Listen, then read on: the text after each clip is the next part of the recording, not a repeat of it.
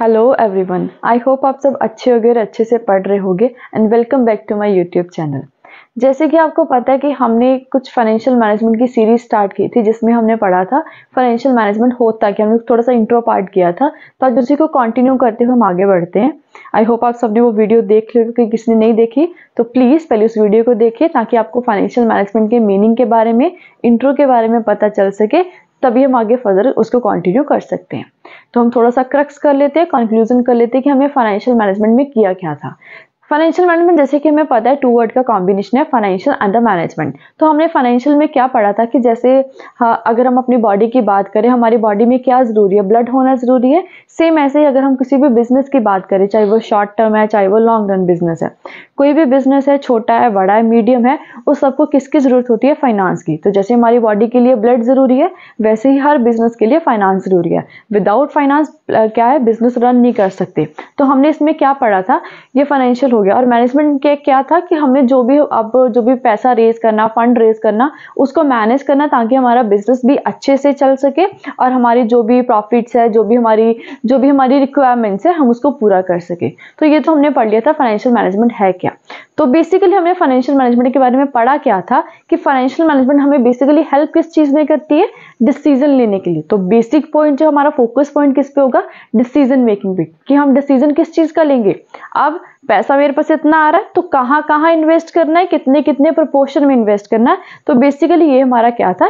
Financial management. तो आज उसी को कंटिन्यू करते हुए आज हम नेक्स्ट टॉपिक करते हैं इसके under, scope of financial management. हम स्कोप के बारे में डिस्कस करते हैं। हमारा जो आज का टॉपिक है that is scope of financial management. तो स्कोप का बेसिकली मतलब क्या होता है कि फाइनेंशियल मैनेजमेंट हम क्यों यूज करें, मतलब किस किस पर्पस के लिए हम यूज कर सकते हैं फाइनेंशियल मैनेजमेंट को। तो आइए उसके बारे में डिस्कस करते हैं। तो फर्स्ट क्या है? Estimating financial requirement. अच्छा, स्कोप करने से पहले मैं आपको छोटी सी बात बताती हूँ।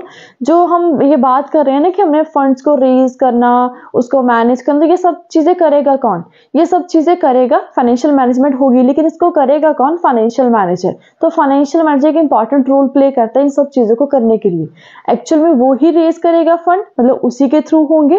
फाइनेंशियल मैनेजमेंट एक तरह से हमारे पास मेथड है कि हमने फाइनेंस को मैनेज करना, कैसे उसको कंट्रोल में लेके आना, कैसे उसकी प्लानिंग करेंगे, कंट्रोलिंग। लेकिन वो प्लानिंग और कंट्रोलिंग करेगा कौन?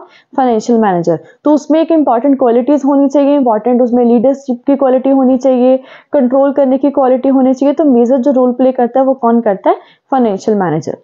तो देखते हैं कि स्कोप है क्या इसका। तो first is estimating financial requirement. Estimating financial requirement, हमें नाम से कुछ ना कुछ पता चल रहा है कि अब हमें फाइनेंशियल की रिक्वायरमेंट्स के बारे में पता करना है यहाँ पे, मतलब उसका एस्टिमेट लगाना है।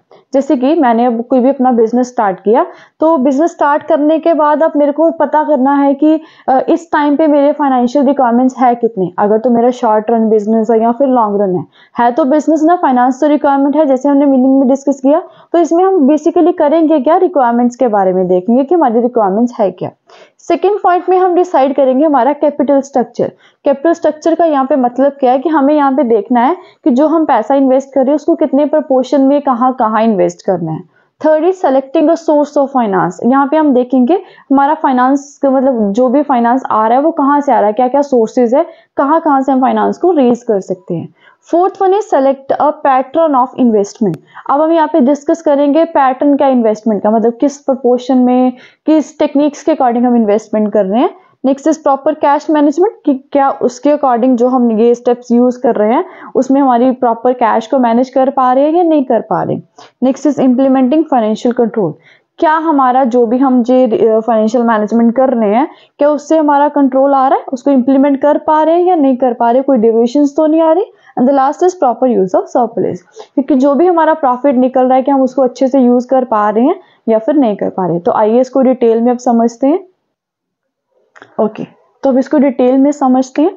First is estimating financial requirement. Financial requirement को देख के आपको पता चल रहा है कि यहाँ पे हमें पता करना है कि हमारे फाइनेंस की रिक्वायरमेंट है कितनी। अगर मैं अपने घर की बात करूँ तो मेरे को कितना पैसा चाहिए अपने घर के खर्चे के लिए। तो बेसिकली फाइनेंशियल रिक्वायरमेंट का मतलब ये है।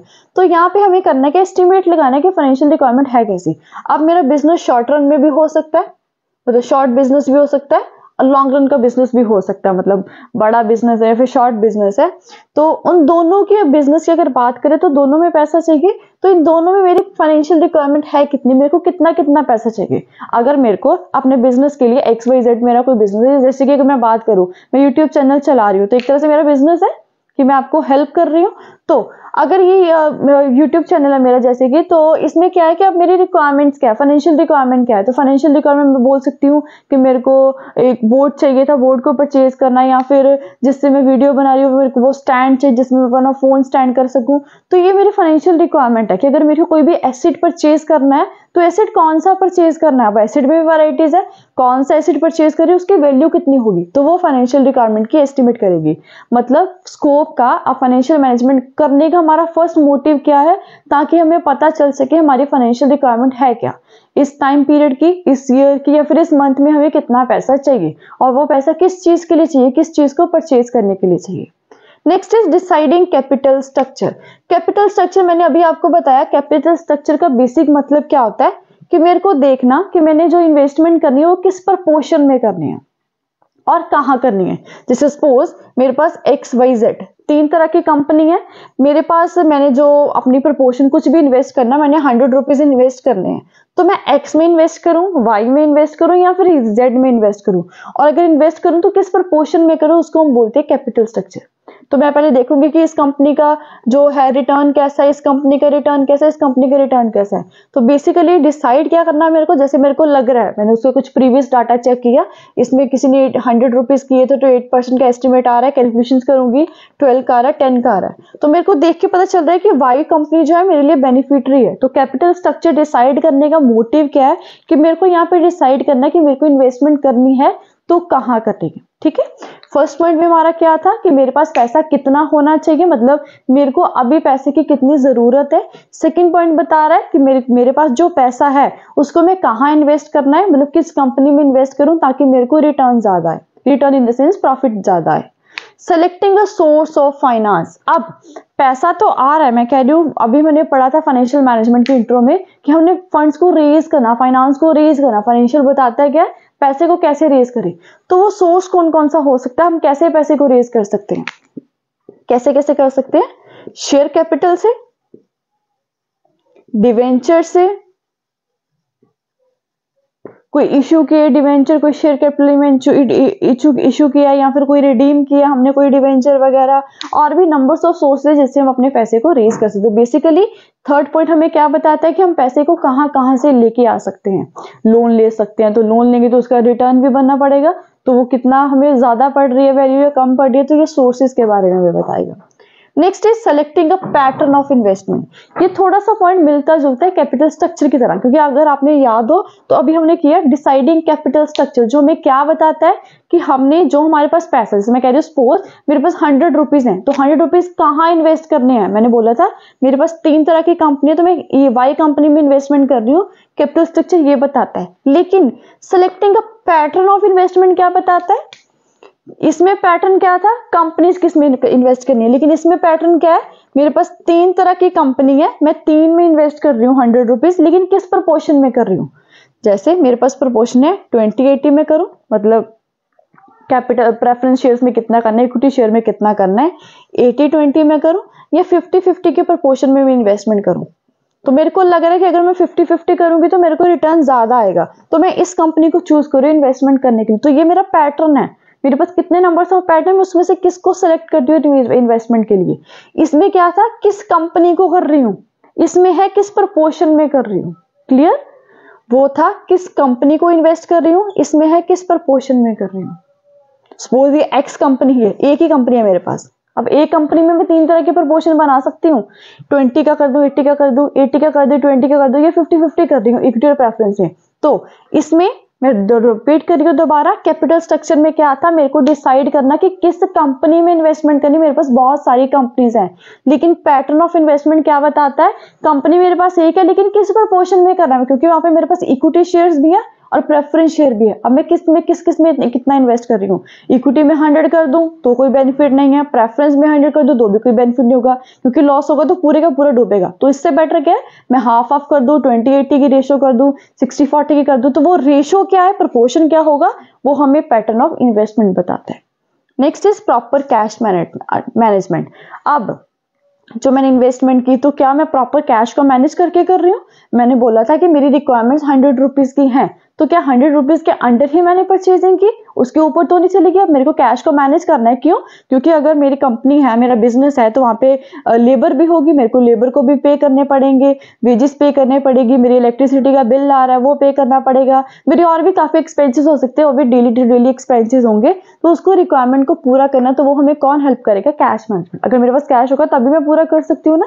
तो वो इस चीज में, इस पॉइंट में हम डिस्कस करेंगे, मतलब इस चीज में हम देखेंगे। Next is implementing financial control. अब हम इतनी चीजें कर रहे हैं, डिसाइड कर रहे हैं किस कंपनी में करना है, डिसाइड कर रहे हैं किस प्रपोर्शन में करना है, क्यों कर रहे हैं, ताकि हमारा फाइनेंशियल कंट्रोल हो सके। तो इस पॉइंट में हम देखेंगे कि एक्चुअल में हम इंप्लीमेंट कर रहे हैं वो जो हमने प्लानिंग की थी कि हम ऐसे कंट्रोल करेंगे, ये सिर्फ इतना पैसा ही खर्च होगा, इतना सेव करेंगे जो कि फ्यूचर में यूज होगा, तो वो कंट्रोलिंग इसमें देखेंगे। And last is proper use of surplus. अब हमने इतने सारे पॉइंट्स किए, तो हो सकता है हमें प्रॉफिट आया, हो सकता है क्या आएगा। जैसे हमने यहाँ पे देखा था कि कितना कितना परसेंट आ रहा है, तो मैंने वाई कंपनी को सिलेक्ट किया क्योंकि मेरे को पता है कि अगर मैं 100 रुपीज इन्वेस्ट करूंगी तो यहाँ से मेरे को ज्यादा प्रॉफिट आने के चांसेस हैं, ज्यादा रिटर्न आएगा, तो ज्यादा प्रॉफिट आ रहा है। सेम ऐसे ही मैंने 50-50 की रेशियो ली, तो इसमें प्रॉफिट आ रहा है। तो क्या जो प्रॉफिट आ रहा है, ये ना कि प्रॉफिट आया तो मैं चलो मैं पार्टी करने चलती हूँ, तो वो तो वेस्टेज होगी। तो अब जो भी हमारा सरप्लस आ रहा है, सरप्लस इन द सेंस जो भी हमारा प्रॉफिट आ रहा है, कि मैं प्रॉफिट को अच्छे से यूज कर रही हूँ, मतलब जिस चीज के लिए मेरे को प्रॉफिट चाहिए था, प्रॉफिट की इन्वेस्टमेंट कर रही हूँ फर्दर, तो उससे भी बेनिफिट आएगा। बेसिकली अगर हम आज के टाइम में देखें तो लोग करते क्या है, ट्रेडिंग करते हैं, जो प्रॉफिट आता है उसी से आगे ट्रेडिंग करते हैं। क्यों, क्योंकि कोई लॉस ना हो, no profit no loss, break even point बन जाए। तो इस चीज से हम ये हेल्प ले सकते हैं। अगर मेरे सरप्लस आ रहा है तो क्या उसको मैं ऐसे ही प्रॉपर यूटिलाइज कर पा रही हूँ या नहीं कर पा रही। तो आई होप आपको स्कोप क्लियर होगा। मैं एक बार पॉइंट बोल के बता देती हूँ। फाइनेंशियल रिक्वायरमेंट क्या बताएगा, फाइनेंस की कितनी जरूरत है इस टाइम पीरियड में, capital structure, numbers of company है, उसमें से किस कंपनी में इन्वेस्टमेंट करनी है, सोर्स ऑफ फाइनेंस, कहाँ से पैसा के रेज कर सकते हैं, पैटर्न ऑफ इन्वेस्टमेंट। अब कंपनी एक है लेकिन किस किस प्रोपोर्शन में इन्वेस्टमेंट कर सकती हूँ मैं, और मैं कौन सा प्रोपोर्शन सेलेक्ट करती हूँ, प्रॉपर कैश मैनेजमेंट। अब जो मैं ये सब चीजें कर रही हूँ, कैपिटल स्ट्रक्चर कर रही हूँ, कैपिटल बजटिंग कर रही हूँ, क्यों कर रही हूँ, ताकि मैं अपने कैश को मैनेज कर सकूं। Next is financial control. इन सब चीजों से क्या मैं अपने पैसे को कंट्रोल कर पा रही हूँ, जो मैंने बोला था कि इतना ही खर्चा होगा, एक्चुअल में इतना ही हो रहा है या नहीं। जैसे हम घर की बात करें, मैं कहती हूँ अपना बजट बनाती हूँ कि 10,000 मेरा मंथली खर्चा आएगा, तो क्या एक्चुअल में 10,000 ही आ रहा है या उससे ज्यादा। तो ये सब चीजों को देखना। And last, proper use of surplus, जो भी मेरा बेनिफिट हो रहा है क्या मैं उसको प्रॉपरली यूटिलाइज कर पा रही हूँ या नहीं कर पा रही हूँ। आई होप आपको स्कोप क्लियर होगा। तो प्लीज जुड़ते रहिए ऐसे ही मेरी हर वीडियो के साथ, उसको समझते रहिए। कोई भी डाउट आता है तो प्लीज कमेंट सेक्शन में जरूर बताइए। कोई प्रीवियस वीडियो में डाउट आता है वो भी बताइए। कोई आपका वैसे डाउट है, कोई आप टॉपिक करना चाहते हो तो प्लीज कमेंट सेक्शन में जरूर बताइए। मैं कोशिश करूंगी कि मैं आपका वो टॉपिक आपको कवर करवा सकूं। Okay, thank you so much.